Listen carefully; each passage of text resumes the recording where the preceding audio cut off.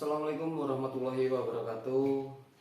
Kembali lagi bersama channel YouTube Rantau Lampung 22 dan bersama saya Rinto Beni Atta. Pada kesempatan video kali ini kita akan bahas tentang seputaran murai batu dulu ya, yaitu tata cara penjemuran murai batu beserta tutorialnya. Dan untuk rekan-rekan yang baru bergabung di channel ini, silahkan di subscribe dulu channelnya, karena subscribe itu gratis, serta like sebanyak-banyaknya agar saya lebih semangat lagi bikin videonya. Dan saya doakan untuk rekan-rekan semua yang menonton video ini selalu dalam lindungan Allah Subhanahu wa Ta'ala. Semoga rekan-rekan semuanya sehat dan apa yang dicita-citakan, apa yang diinginkan bisa terkabul, amin. Di video kali ini kita bahas yaitu murai batu trotolan dulu ya. Jadi saya akan berbagi video berdasarkan pengalaman yang sudah-sudah, yaitu tentang tata cara penjemuran murai batu trotolan yang baik dan benar. Jadi teman-teman kan mungkin bingung juga, apakah murai batu trotolan itu harus dijemur atau tidak. Kalau menurut pengalaman saya pribadi, tetap harus dijemur. Murai batu trotolan tetap harus dijemur. Karena apa? Untuk melancarkan metabolisme pertumbuhan si murai batu itu sendiri. Tapi ada tapinya di sini, asalkan cara penjemurannya baik dan benar dan tahu batasan takaran penjemurannya beserta ukuran-ukuran yang harus ditentukan dalam penjemuran murai batu trotolan. Contohnya yang pertama yaitu tentang umur murai batu trotolan yang harus dijemur. Berdasarkan pengalaman saya pribadi, itu setelah murai batu menginjak usia kurang lebih 1,5 bulan. Jadi 1,5 bulan maksudnya. 1,5 bulan itu udah rutin saya jemur. Yang kedua, murai batu pastol itu juga harus dijemur rutin, kecuali murai ambrol ya. Kita nggak bahas murai ambrol ataupun murai mabung. Kalau murai mabung kita nggak akan jemur.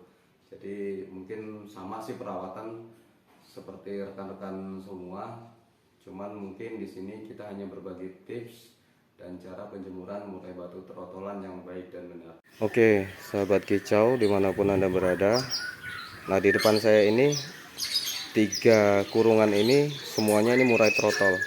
Jadi kalau saya pribadi, murai trotol itu tetap akan saya jemur karena untuk melancarkan metabolisme si murai trotol itu sendiri, berguna untuk pertumbuhan si murai trotol itu sendiri. Jadi terutama kan tujuan kita menjemur murai trotol ini agar mendapatkan vitamin D. Tapi jangan salah, dalam penjemuran yang benar, yang pas menurut saya, ini trik saya. Karena saya sendiri juga sering merawat murai trotol dari trotol hingga dewasa.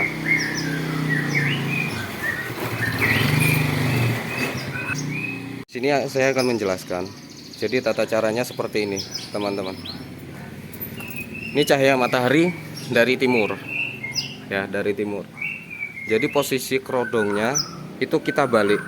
Kerodongnya ini berada di sebelah timur, jadi nggak boleh kena sinar matahari langsung. Karena apa? Tujuannya supaya sinar matahari itu ataupun sinar ultraviolet itu tidak langsung mengenai kedua mata si murai batu itu sendiri. Nah, sebagai contoh seperti ini ya.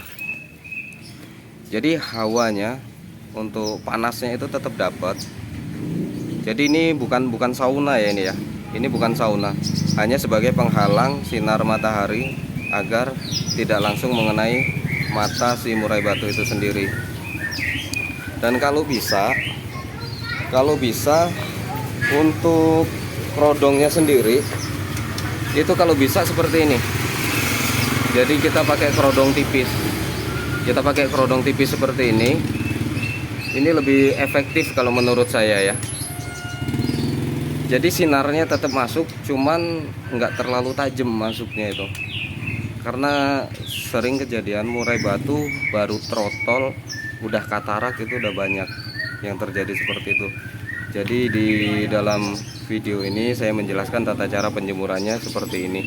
Semoga video saya ini bermanfaat untuk rekan-rekan semua dan bisa menjadikan motivasi untuk teman-teman semua yang merawat murai batu trotolan untuk lebih semangat lagi. Nah, ini ada 3 ya murai batunya ya. Nah, ini kemarin kita nggak ada kerodong yang tipis, jadi kita pakai kerodong biru biasa. Nah, kelihatan banget sehat. Bedanya murai batu yang penjemurannya benar akan seperti ini, tidak mempengaruhi di bulu. Tidak mempengaruhi di bulunya. Bulu akan tetap tumbuh sempurna asalkan penjemurannya benar. Dan yang kedua, untuk lantai. Untuk lantai kita harus benar-benar bersihin dulu sebelum penjemuran. Jadi waktu penjemuran itu si lantai ataupun karpet di dasar kurungan itu harus dibersihkan dulu. Nah, contoh seperti ini juga. Ini memang kurungnya juga kurung sudah lama ya, jadi agak kotor di sini kurungnya. Udah nggak bisa dibersihin lagi itu karpetnya, tapi tetap sebelum penjemuran kita bersihin dulu, kita cuci sampai bersih. Oke, sementara itu yang bisa saya bagikan tips tata cara penjemuran murai trotol. Jangan lupa di like, komen, dan subscribe channel saya agar bisa lebih berkembang lagi dan bisa berbagi pengalaman-pengalaman berikutnya.